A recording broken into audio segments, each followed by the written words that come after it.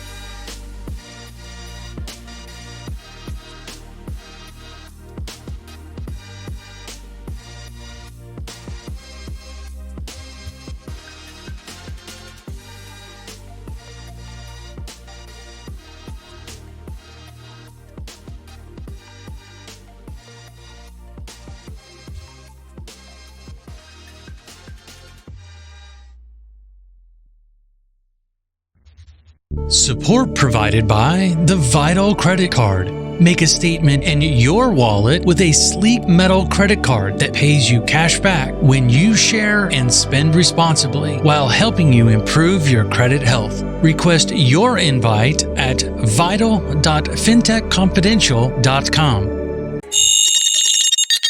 Welcome to Fintech Confidential, bringing you the people, tech, and companies that change how you pay and get paid.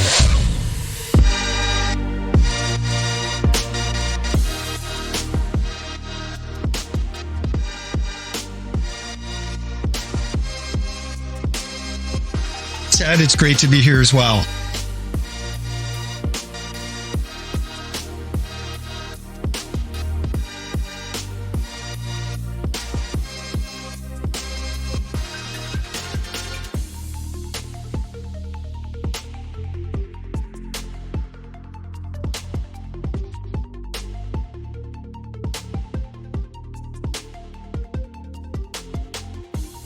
Yeah. Happy to kind of take you on that journey quickly. Kind of going back, coming out of college, I actually was going to pursue a path in politics. My roommate went on to become the chief of staff to one of the U.S. presidents, and I ended up taking a different path, going to law school, practiced law for a number of years, and ended up at TruStage about just a little over a decade ago. And at that point, practicing law, but really was into the problem solving, into creative deal structuring.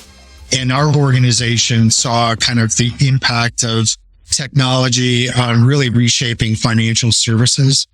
And as you mentioned, given the broad relationships that we have with credit unions and now banks, we really saw a need and an opportunity for us to get into the fintech space. I raised my hand to volunteer to kind of lead the charge.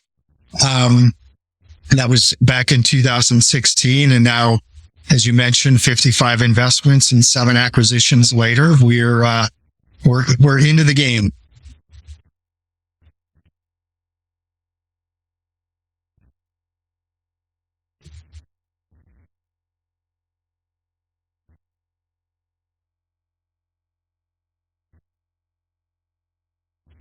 Yeah, I think, a couple things that really, drove me and gets me excited about this space even today. One, if you go to sort of the mission of TruStage, we really believe in empowering people and providing financial security to people across all income levels. When I look at what fintech is able to do in terms of, helping consumers achieve brighter financial futures, and getting to work with founders that are innovative, energetic, amazing at problem solving. That's what inspires me. Gets me excited in the morning. Much better than reading legal documents and the fine print as a career that I had prior to this transition.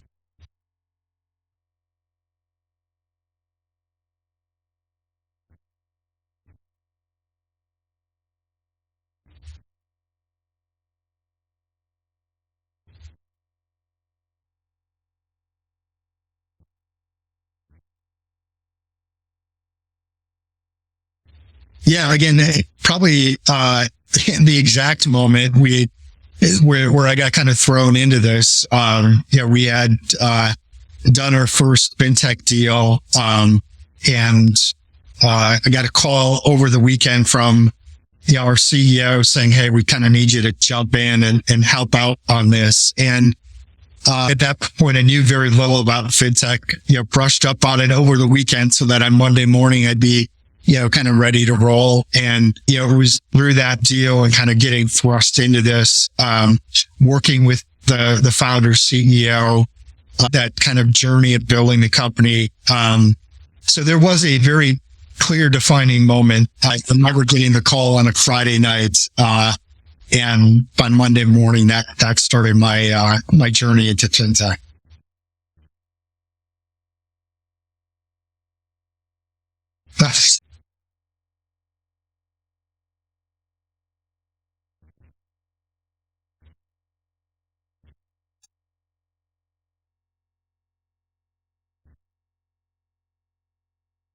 Yeah, I think coming from a legal background versus a tech background, the most angst I had is I don't know, how to code. I don't know a lot of at that point, especially, that much about the technology. So there was the angst in that. But when I, really talked to the founder of the company on Monday, and they're solving a myriad of issues and challenges as an early stage company. And that's where with the analytical background, I'm like, I'm going to do okay in this job. I can get support and learn the tech side of things.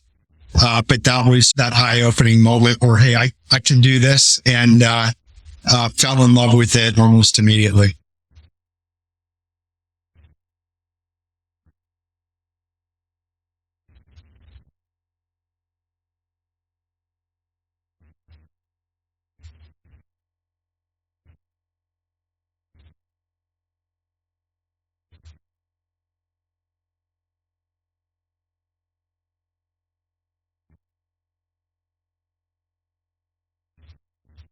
We want to create an ecosystem that brings together fintechs, and credit unions and community banks. A lot of the large banks, the big banks, have plenty of resources. So I don't, lose sleep at night, worrying about how they're going to navigate through all the change that's occurring.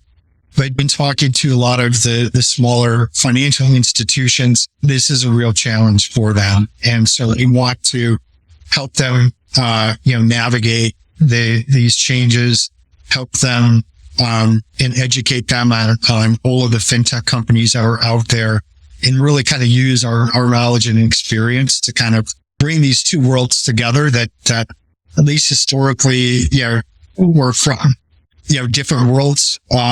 And, I think we've come a long way in making those connections. And at the end of the day, ultimately, again, it goes back to the vision of also helping that end consumer, which is important to kind of the very broad mission of the organization.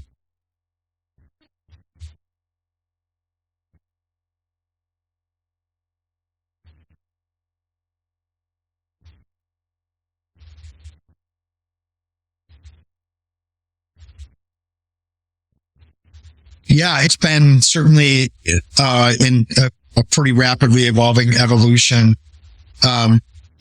Because of the broad network that we have with credit unions and a growing network now with banks. When we look at companies, even companies that historically have been direct to consumer, we see opportunities because our business has been built and really kind of leveraging the affinity relationships with banks and credit unions to, offer products and solutions to their customers. It's really more of a, B to B to C. So what we've seen in the fintech space is, direct to consumer companies are very difficult and very expensive to build. So is there a better path for those companies to supplement, or in some cases even shift, working through channel partners to reach the consumer? And that's certainly been a big component. We've seen a lot more companies in the direct-to-consumer space reaching into us to explore those opportunities.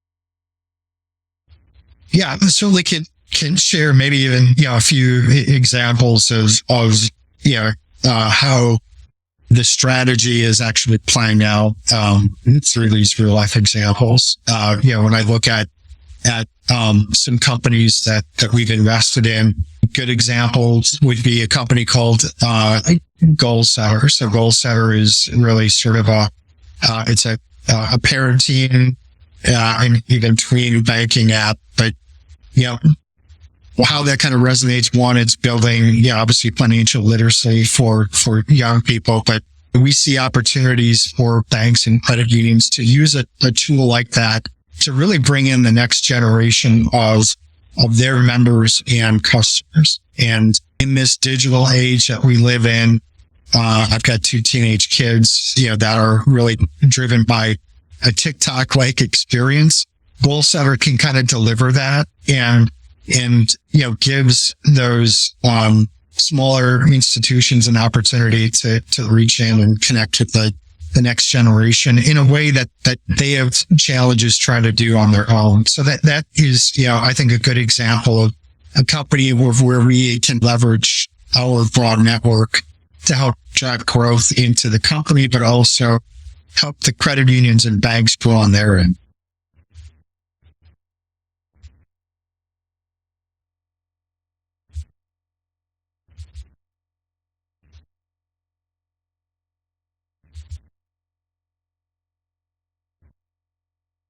Another good example of an investment that we've made that we're very excited in is a company called Kaas. So I'm a big believer that, especially when it comes to lending, we will see more and more of the lending occur at the point of purchase, and retailers really starting to own sort of that lending relationship.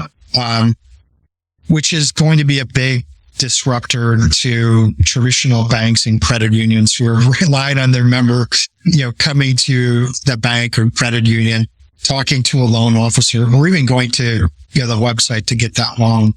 So CarSaver really is an e-commerce platform for a consumer to buy, purchase, sell, finance, and insure a vehicle. They partner with car dealerships for the inventory, and they partner with banks and credit unions to provide the financing for those vehicles. So similar to Carvana, but really like an asset-like version of that. To me, that's a critical way where credit unions can still really play in this digital world of e-commerce. CarSaver's also partnered with Walmart to provide their auto buying program that they're building out. And again, how do we bring credit unions and banks into that ecosystem or that digital environment? So to me, that's critically important of how it kind of brings all of these pieces together.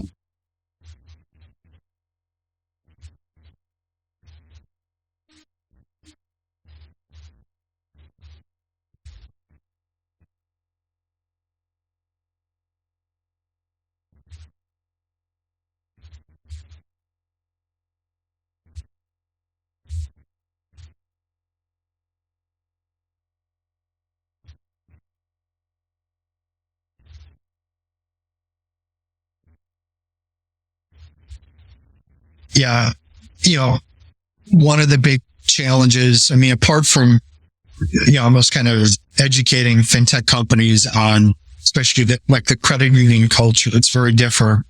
Credit unions are not-for-profit organizations and really put the member first. So first of all, it's just kind of getting the two cultures to, again, kind of understand one another. Another challenge, though, that we see is, unlike a big bank that, can pay a significant amount of revenue to customize and integrate that fintech company into the bank, we have to kind of rethink how you're going to approach the sort of the middle market, and kind of the smaller end of financial institutions from an integration standpoint. And that's where, again, we spend a lot of time of how do we kind of provide integration solutions at scale so that it's affordable for the credit union and still profitable for the fintech company. And again, that's another way that we can provide value, in addition to helping kind of bring distribution into those markets.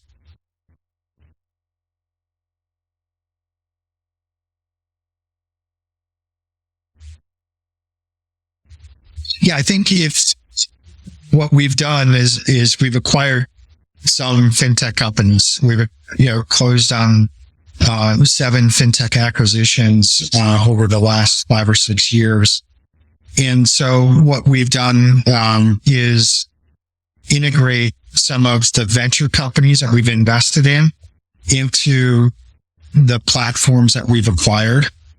Why that's good for us is, one, it's made those platforms that we acquire more powerful, bringing more functionality, more capability that we can offer to banks and credit unions without having to have the fintech company do those on a one-off basis. For us, it's much cheaper for us to partner than it is to build these capabilities. So it's been tremendous benefit for us as well. And obviously for the venture companies, to be able to kind of plug into that. And we have a platform, it's a company called QAccess, that provides kind of perpetual loan offers to credit union members. And we've been able to integrate a couple of our portfolio companies into that platform by way of example.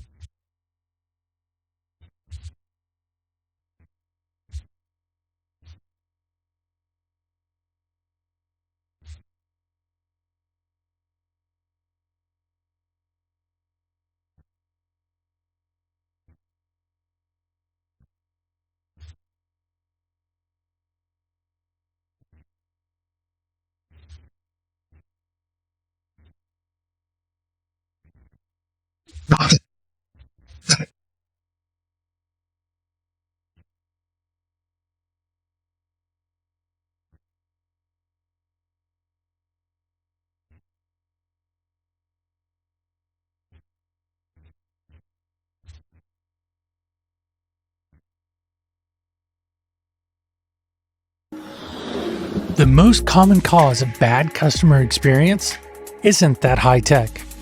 It's embarrassingly simple. Yep, it's answering questions.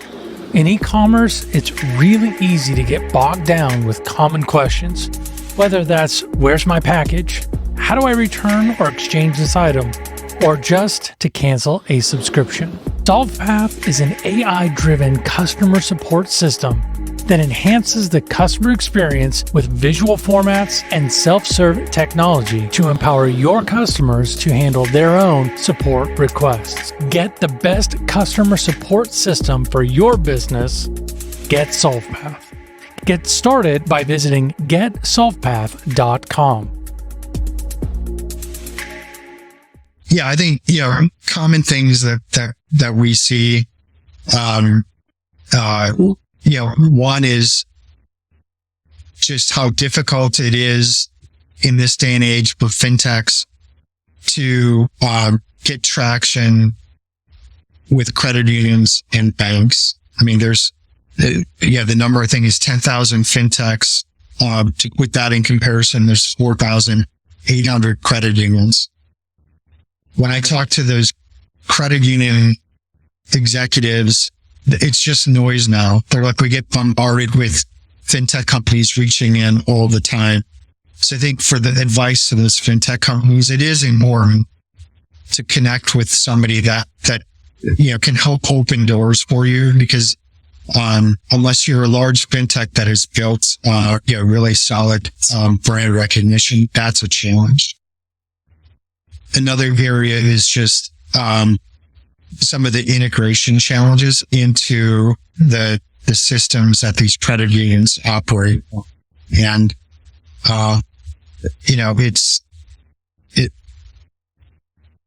to be able to segment the markets, even know who you should reach out to if you've done an integration into a specific core system. For example, like we know now every credit union on that core system. So rather than now reach out to another one and, the time and effort it takes to integrate into another core, we try to, let's go approach all those credit unions, because it's going to ease pain points for both the customer, the financial institution. It's going to accelerate, kind of the work on the fintech side. And that's an example of where consultants, strategic investors, channel partners really can make a difference.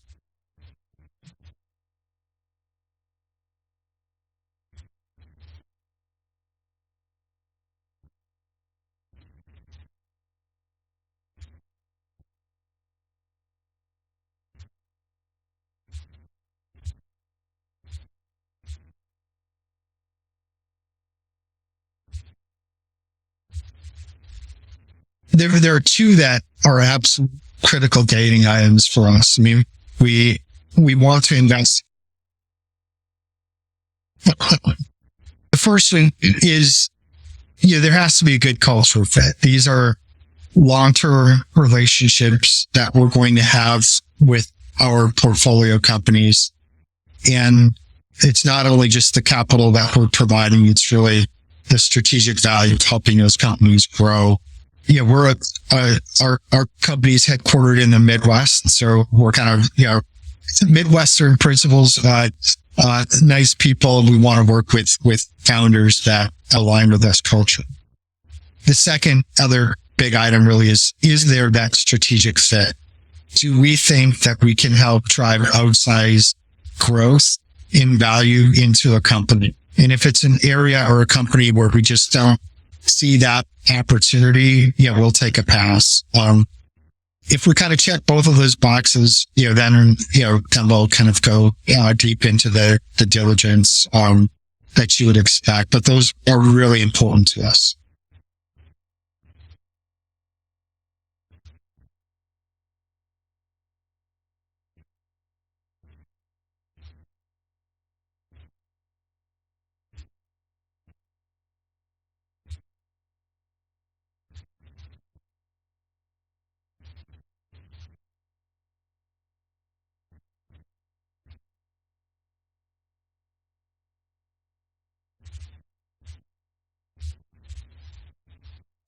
Yeah, I think for us, I mean, for a company to be successful in fully utilizing kind of, again, the strategic value that we bring, because we want both the fintech analysts to benefit from that.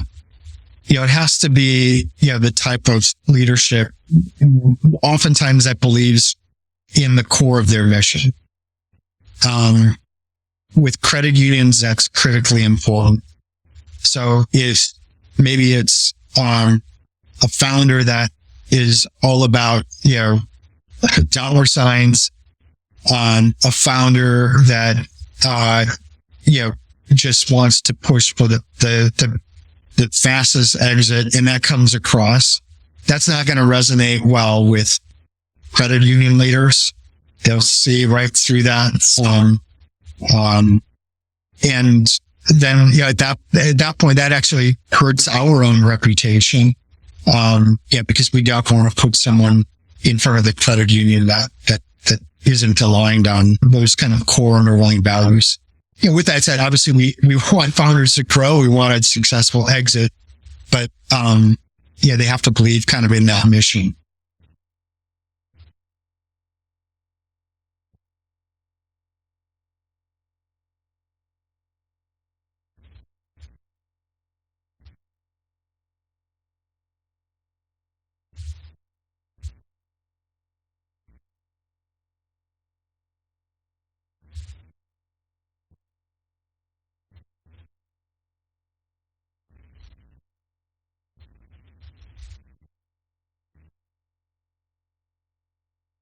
Right.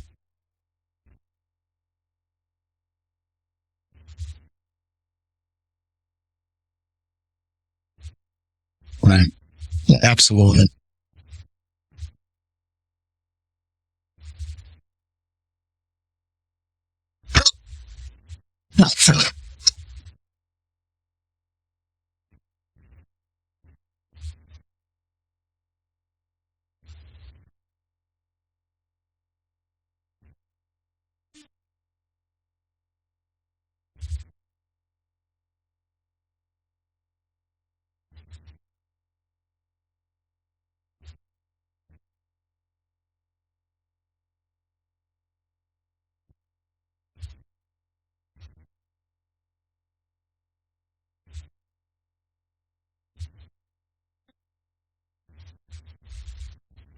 So I feel like there's some new life that's starting to, kind of be breathed and pushed into the fintech space. The last 12 months, maybe not quite 12 months. I mean, it's been challenging. It's been, what we've found is it takes companies, many times longer to bring around together. It's taking, a lot of time to get that lead investor locked in. We saw a lot of insider rounds. So I feel like, a lot of venture funds have kind of really, batten down the hatches. We're going to fund companies in our portfolio. We're starting, at least what I've seen over the last 2 months, it feels like a thawing of that. We're seeing term sheets actually come across our desk. We're seeing rounds close at higher valuations. So I'm hoping, even with some of the kind of leveling off of just the interest rate volatility, it just feels like it's maybe more stable now than it has been for the last 10, 12 months.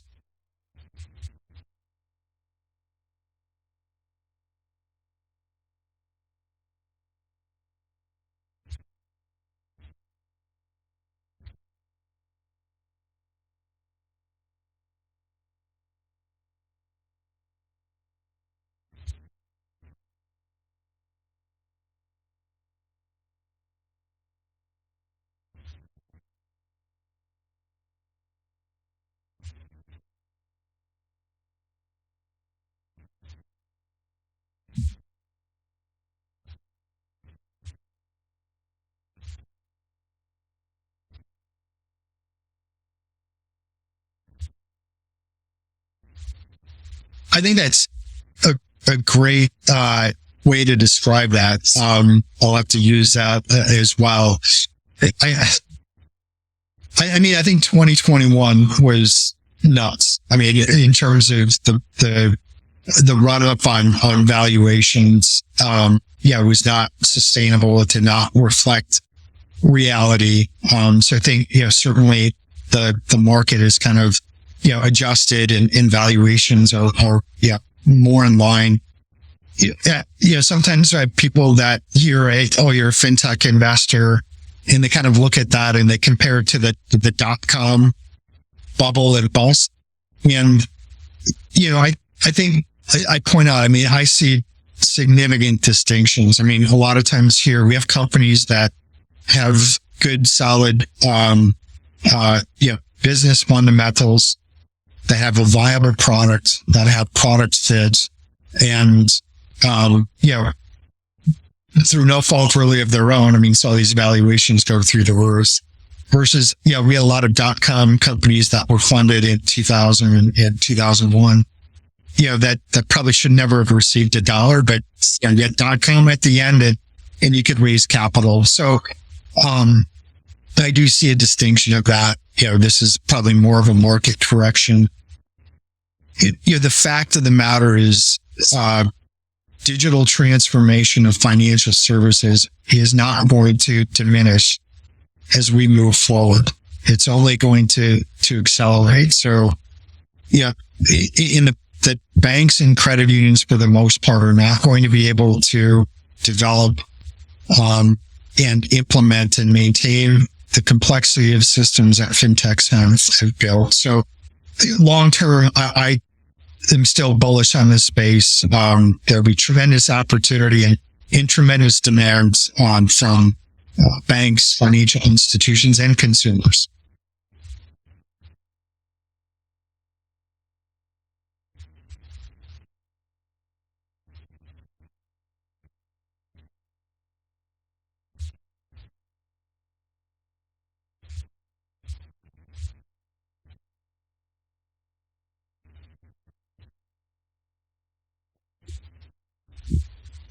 I touched on embedded finance becoming increasingly common. And so, that's going to be an area of focus of how do we kind of plug in the entire credit union system into these new environments so that they're not left behind. And I think making investments in a company like CarSaver that I mentioned, or Affirm. Affirm is the buy now, pay later platform that's integrated in with Amazon. How do we now create partnerships through this technology that gives credit unions a seat at the table that probably no individual credit union is going to be able to do on their own. So that's a part of where we'll be focused. And I think another area is how do we help drive a lot more automation into these smaller banks and credit unions, because it's going to be very difficult for them to remain competitive if their expense structure looks vastly different than fintechs or big banks. So that's not as sexy, streamlining back office functions, driving in automation. But it's kind of,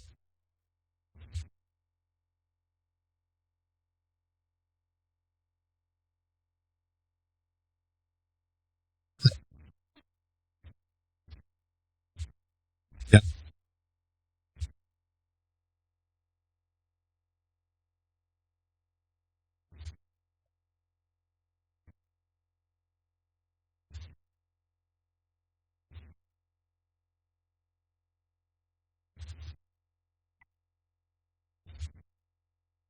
Mhm.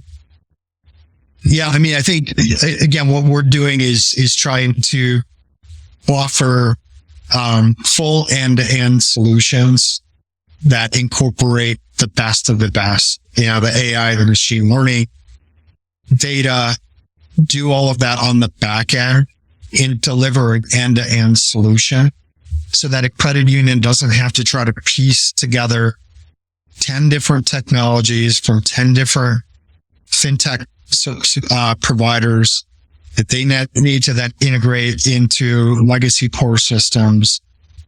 How do we kind of do that? We've created a fintech solutions business unit within TruStage that really is kind of that go-to-market team for companies that we've acquired and invested in to do a lot of that heavy lifting to build the piping. And I think that is going to be critically important because credit unions and banks just have project fatigue. They can't do a whole lot more. They can't maintain 20 new systems. So we'll try to take that heavy lifting away and kind of bear that on our end.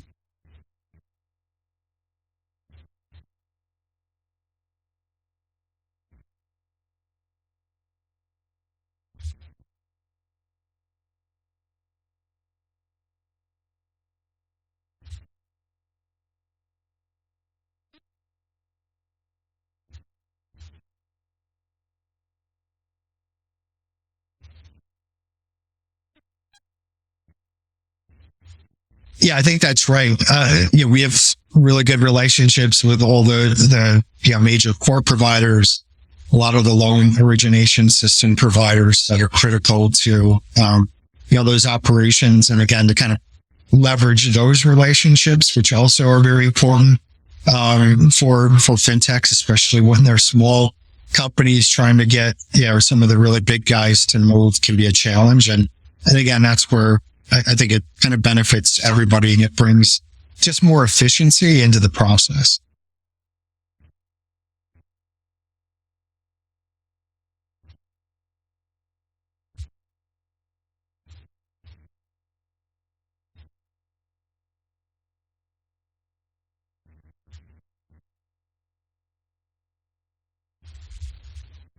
I just, kind of go back to the, piece of advice maybe for fintech companies, and maybe this is a, plug for us, but strategic capital, I think, is becoming more and more important here.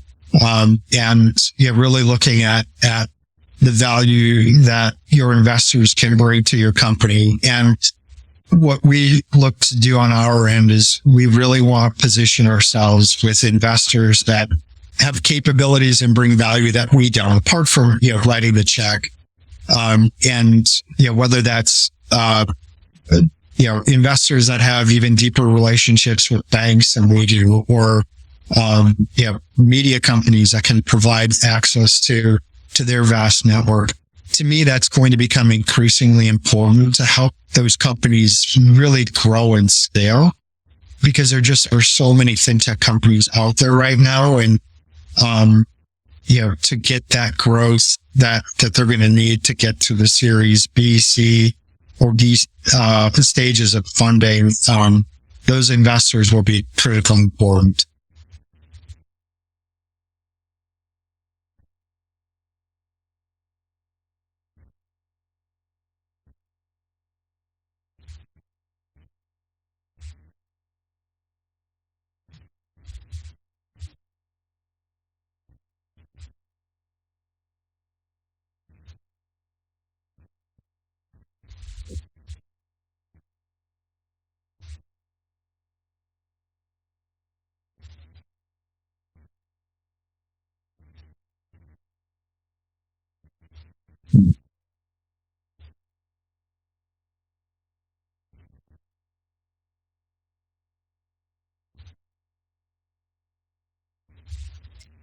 Yeah, I think what we've seen, at least early on, for a founder that's in the early stages of developing that product or piece of technology. I mean, one, really understand your end market, and I think you have to get really good at serving that core market and proving out product fit and generating revenue and demonstrating growth before you start going into 5 different directions. Because what also happens is that becomes very expensive, and you're going to burn through a lot of cash, have a lot of half-baked ideas or products, and you're going to run out of cash. You're not going to have any revenue to get investors excited to continue investing.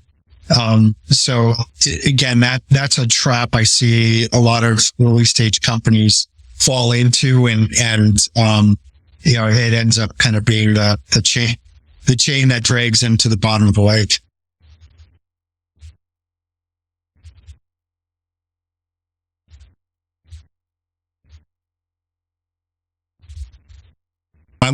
One sentence, or one piece of advice very crisply is, for founders, be laser focused and pick your investors wisely.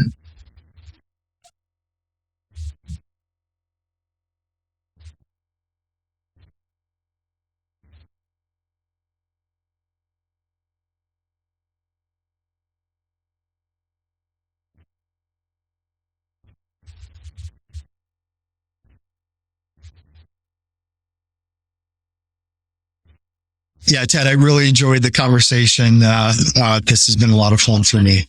Support provided by the Vital Credit Card. Make a statement in your wallet with a sleek metal credit card that pays you cash back when you share and spend responsibly while helping you improve your credit health. Request your invite at vital.fintechconfidential.com. This has been a production of Diamond D3 Media with all rights reserved. This is provided for informational purposes only. It is not offered or intended to be used as legal, tax, investment, financial, or other advice. We strive to provide accurate and up-to-date information, but will not be responsible for any missing facts or inaccurate information. You comply and understand that you should use any of this information at your own risk. Cryptocurrencies are highly volatile financial assets, so research and make your own financial decisions.